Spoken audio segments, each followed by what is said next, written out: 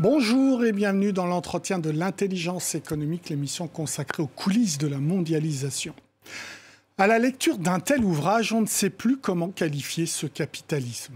De criminel, de gangster ou de voyou. Je parle du livre de mon invité intitulé « Le capitalisme à main armée », récemment paru aux éditions du CNRS. Son auteur, Laurent Gaillet, directeur de recherche aux séries Sciences Po, dénonce les comportements et les pratiques violentes du patronat en s'appuyant sur une solide enquête terrain réalisée à Karachi, au Pakistan. Bonjour Laurent Gaillet. Bonjour. Allez, dans vos mots, comment vous définissez ce capitalisme à main armée ? Alors ce capitalisme à main armée, c'est le recours de la part des élites patronales, des grandes entreprises, à des spécialistes de la violence, de la force, à la fois pour discipliner les travailleurs dans les ateliers, dans les grandes entreprises, mais aussi briser les tentatives d'organisation syndicale et éventuellement jusque dans les quartiers de résidence des populations ouvrières, les surveiller au quotidien. Vous commencez votre livre par un exemple qui est devenu célèbre, c'est celui de Bennett, donc cet agent de force qui est au service d'Henry Ford aux États-Unis. Ça commence aux États-Unis ou c'était important de commencer par cet exemple ? Oui, c'était essentiel de commencer aux États-Unis, en tout cas hors du Pakistan. Ouais. Pour montrer d'abord que ce que ensuite je vais documenter de manière aussi précise que possible s'inscrit dans une histoire longue du capitalisme qui n'épargne pas les pays occidentaux. Et c'est vraiment aux États-Unis, à la fin du 19e, au début du 20e siècle, qu'on a une de ces cristallisations les plus emblématiques de ce capitalisme à main armée, de ce recours aux nervis, aux spécialistes de la violence au service du patronat. Vous voulez dire que c'est pensé à ce moment-là ? C'est en tout cas, c'est là que cet art de la force, de l'intimidation, atteint peut-être son point culminant dans une phase du capitalisme américain en plein essor, encore faiblement régulé, où les contours entre le patronat, la pègre, les forces de l'ordre restent encore largement flous. Là, il y a la pègre aux États-Unis, il y a à la fois les syndicats. Ce que veut Ford en faisant appel à Bennett, c'est plutôt casser les syndicats pour que les ouvriers travaillent point à la ligne, quoi. Oui, on est dans un moment à la fois d'expansion du capitalisme, mais aussi de peur de la menace rouge, d'un syndicalisme révolutionnaire. Et donc, les entreprises, les grandes entreprises, en particulier dans l'automobile, mais pas seulement, dans la grande industrie de manière générale, s'arment, constituent de véritables polices privées, confinant parfois à de véritables armées, comme dans le cas de Ford, justement, le Ford Service Department, dirigé par cet ancien marin et boxeur, Harry Bennett, qui précisément va constituer une force considérable, la plus grosse armée privée probablement de l'histoire du capitalisme. On l'a fait en Europe ? Alors on a des cas un petit peu similaires sur un mode, effectivement, vous avez raison de le rappeler. Là, les États-Unis ne sont pas une exception parfaite. On a en particulier dans l'automobile, chez Renault, mais surtout chez Peugeot, Citroën dans les années 70, après là encore la grande peur rouge des années 68, que les médias à l'époque en France, même Le Monde, dénoncent comme des milices patronales qui sévissent et font la chasse aux grévistes, à la fois dans les ateliers et dans les quartiers. Alors vous, dans votre livre, vous choisissez d'enquêter terrain, vraiment, à Karachi, au Pakistan, alors que vous prenez d'autres exemples. Vous prenez la Colombie aussi, avec les forces paramilitaires. Pourquoi Karachi, au Pakistan ? Alors c'est un livre comparatif, vous le rappeliez, d'où l'importance de commencer par ce panorama général. Et en même temps, voilà, Karachi, c'est mon terrain principal. Ça fait plus de 20 ans que j'enquête là-bas régulièrement. C'est une ville dont je suis devenu familier, où j'ai gagné des accès. Et c'est aussi là que se produit, le 11 septembre 2012, un incendie industriel, le plus meurtrier.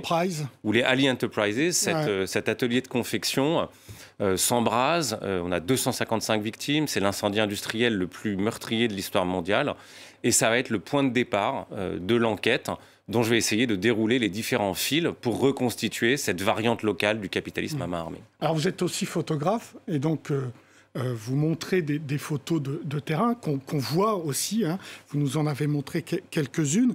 Là encore, vous choisissez deux secteurs importants de votre enquête, le textile et la pharmacie. Pourquoi ?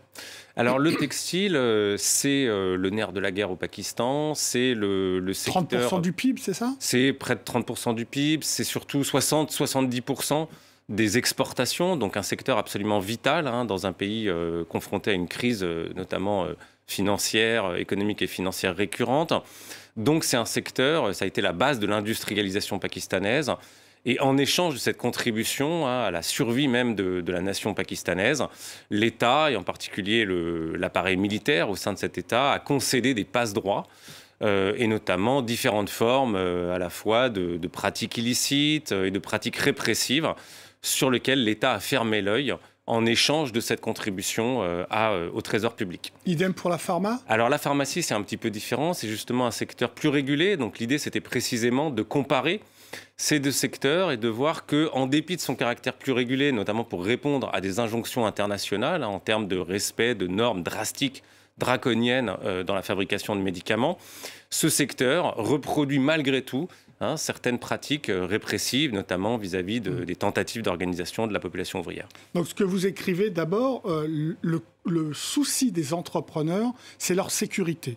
Vous nous parlez au début des relais qu'ont eu la guerre en Afghanistan 79-89, donc ça a eu des perturbations dans le business. Donc la première préoccupation de ces entrepreneurs, c'est de sécuriser leur business. Absolument. Et en ça, Karachi est une ville turbulente, en proie à des conflits armés extrêmement complexes depuis les années 80. Donc une des premières énigmes qu'essayait aussi à laquelle s'attelait cet ouvrage, cette enquête, c'était de comprendre comment ce capitalisme industriel, qui restait florissant, s'est accommodé de la violence, de l'incertitude, des conditions a priori peu favorables justement à l'activité économique. Précisez qu'il n'y a pas de fuite d'investissement, au contraire. Voilà, c'est le grand mystère. On aurait pu s'attendre à une fuite des capitaux. Il n'en a rien été. Donc ce que documente aussi l'ouvrage, c'est précisément la manière dont ce capitalisme s'est accommodé du désordre, d'abord en tentant de s'en protéger, avec différentes formes de protection, que ce soit dans l'architecture, dans différents pactes avec les milices armées, les gangs autour, et puis progressivement, la manière dont ces forces du désordre sont devenues aussi une force d'appui, d'appoint pour ces acteurs, pour discipliner et exploiter la main-d'œuvre. Coopération. Une forme de coopération instable, parcourue de tensions, d'inquiétudes, parce que ces partenaires, qu'il s'agisse donc des gangs de rue, des milices armées, des partis politiques, sont quand même des partenaires imprévisibles. Ah bon ? Il n'y a pas de stabilité entre... Il n'y a pas de stabilité. Il n'y a pas de contrat très clair. Il n'y a pas de contrat formalisé. Et puis ces acteurs sont toujours pris entre différentes allégeances. Ils sont partiellement au service du patronat, mais évidemment toujours au service de leurs propres intérêts. Certains sont malgré tout redevables aussi à leur base sociale, politique, aux habitants de leur quartier. C'est souvent des boss de quartier qui sont écartelés eux-mêmes entre plusieurs demandes, plusieurs types de loyauté. Et c'est justement cette instabilité qui m'a intéressé et qui est au cœur de cette domination patronale. Premier objectif, la sécurité. Mais aujourd'hui, est-ce que c'est ça ? Est-ce qu'il n'y a pas un autre objectif qui est de lutter contre les syndicats, de lutter contre ceux qui veulent des meilleures conditions de travail ? C'est d'une pierre deux coups. C'est-à-dire, au départ, effectivement, ces pactes avec le diable, avec ces forces du désordre, sont une manière d'assurer sa sécurité, de se garantir contre le risque d'extorsion, de racket, d'enlèvement. Et puis progressivement, ces entrepreneurs s'aperçoivent au fil de cette coopération que les ressources coercitives, la force, la puissance d'intimidation de ces acteurs armés peuvent également servir à discipliner cette main-d'œuvre indocile. Elle va loin, cette violence ? Elle va moins loin qu'on pourrait l'imaginer. Elle repose essentiellement sur de l'intimidation. Elle passe relativement rarement à l'acte. Si on compare, vous évoquiez le cas colombien tout à l'heure, ce qui est frappant au Pakistan, c'est que la situation est bien moins violente et meurtrière qu'on ne pourrait l'imaginer. Cette pratique de la domination repose plus sur la menace, l'exercice de la menace, que sur le passage à l'acte. On assassine assez peu les syndicalistes par comparaison avec la Colombie, par exemple. L'État accompagne ? L'État accompagne, l'État est partie prenante de cette configuration répressive. La police, du côté du patronat, systématiquement. La police, soit officiellement, soit officieusement, qui prête main forte pour réprimer les grèves, pour intimider les ouvriers récalcitrants. L'armée également, qui est extrêmement présente, et puis ce qu'on appelle les organisations paramilitaires, qui sont donc des forces entre la police et l'armée, équipées et commandées par l'armée, et qui jouent un rôle central aussi dans le maintien de l'ordre, dans les quartiers ouvriers, voire jusque dans les usines. Responsabilité des multinationales, vous savez qu'il y a de plus en plus de lois sur le devoir de vigilance, il va y en avoir une au niveau européen. C'est quoi leur responsabilité? Absolument, et précisément l'incendie des Ali Enterprises en 2012 va contribuer aussi à cette production, à cette résurgence de la régulation et à la progression du devoir de vigilance. Les Allemands, donc Ali Enterprises, étaient un sous-traitant du groupe allemand KIK. Donc derrière cet incendie, c'est aussi le procès des chaînes de valeur globales. Et le 1er janvier 2023, récemment, une loi justement allemande sur le devoir de vigilance est entrée en application. On est peut-être à la veille d'une extension de cette législation au niveau européen. Et donc cet incident, cette tragédie industrielle s'inscrit aussi dans ce retour, cette progression de la régulation autour du devoir de vigilance. Merci beaucoup Laurent Gaillet pour vos réponses. L'entretien de l'intelligence économique est terminé, évidemment. Vous pouvez retrouver cette émission sur france24.com, sur nos réseaux sociaux et sur nos podcasts. Au revoir.